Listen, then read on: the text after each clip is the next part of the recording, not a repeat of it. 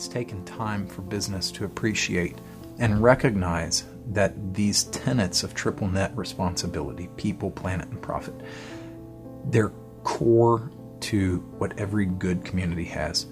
A community can't be a strong community if it doesn't have a healthy environment. It can't be a strong community if it doesn't have positive, interactive people. When we do things to minimize our carbon footprint, and we as a company decide that we're going to do these things, even if it costs us more, it's important to me as a father, first of all. I have a son. I'm assuming he's going to have children, and I want to leave this planet in as good a shape for my kids as I can. When you have the really good people doing what they enjoy and love, that you tend to be successful at it.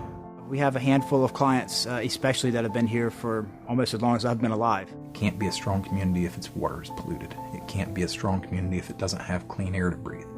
It can't be a strong community if it doesn't measure performance. And so if you look at these things that it takes for a community to succeed, and then you look at the role of a business within the community, I believe that as an owner of a business, it is my responsibility to build a business that others aspire to emulate.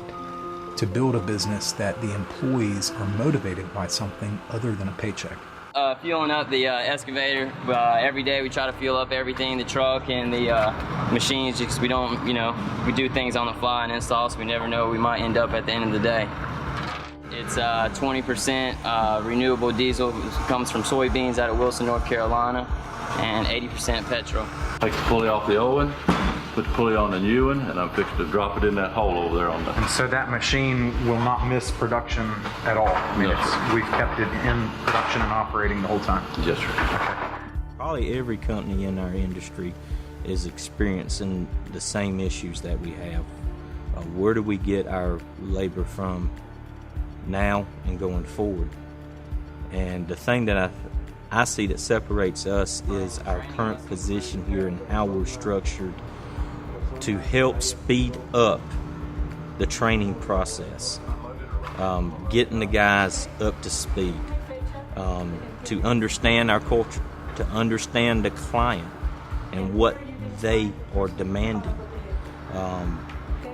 is a huge hurdle for any company, and I think we're positioned very well with what we have in place. We're doing things together for a better cause, and I think that's kind of equally important in the communities that we work in. We want people to feel comfortable with us and feel that we are, an extended part of their family, so they're comfortable. It's always improving. Excellence could be, you could be happy with the status quo, and to you that's excellent, but we're committed to always improving. What the residents here enjoy is the landscape. I mean, when they retire, they want to come to a beautiful place to have beautiful things to look at, and it's our job to give them that, a product that they can enjoy. I'm able to lean on production, whereas before, I'd get a request, can you come out and please take a look at this tree that's not doing well, tell me what you think. Now I can send that request directly to a production staff member without myself having to go out there. They can go out, take a photo of it, send it back to me. I can look at it with our IPM staff or whoever and come up with a way to deal with it without me physically having to go onto the job site and do it. It saves me, as far as that, it saves me a lot of travel time. Knew what the managers needed. We just didn't know what the guys on the field needed. So what started off to be almost a pricing exercise and investigating some of this transition for the long term, quickly we identified that this would pay off immediately. We're always going to be looking for ways to improve. Good is the enemy of great. Out there in each of these trucks, driving each of these vehicles, isn't just a set of hands. It's not just a set of legs and arms and a chest and a body that can do physical work, but inside of there, in each one of those trucks, there's multiple brains. There's multiple people thinking with different points of view about the same problem. By making the decision to invest in the kinds of technology that we've invested in, it's my goal as an owner to take someone who may have for years been paid to work with their hands and ask them to use their brain. And when you ask people to do that, the results that you get are just absolutely astonishing.